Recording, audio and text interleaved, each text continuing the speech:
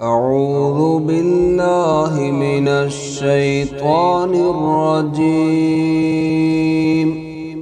بسم الله الرحمن الرحيم.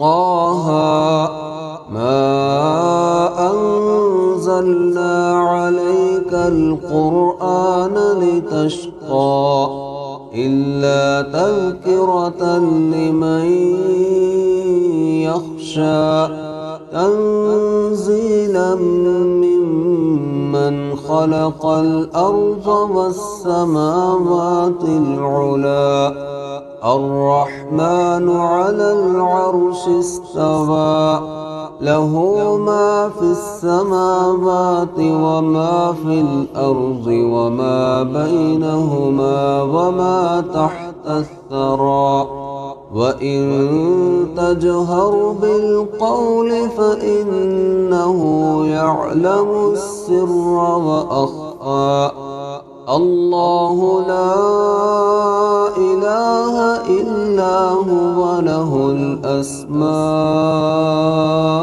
الحسنى.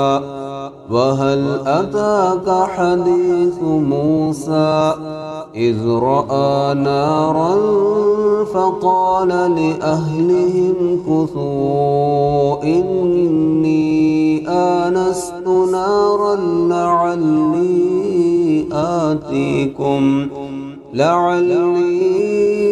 آتيكم منها بقبس أو أجد على النار هدى.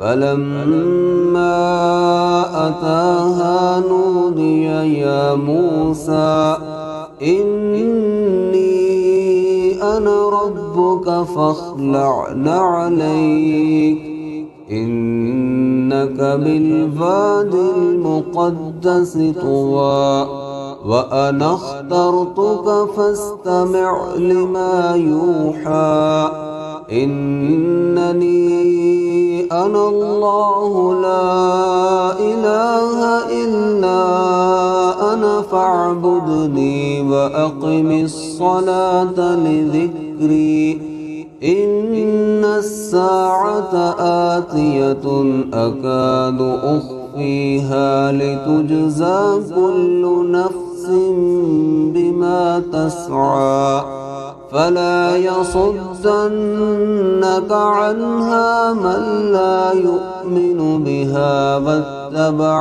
هواه فتردى.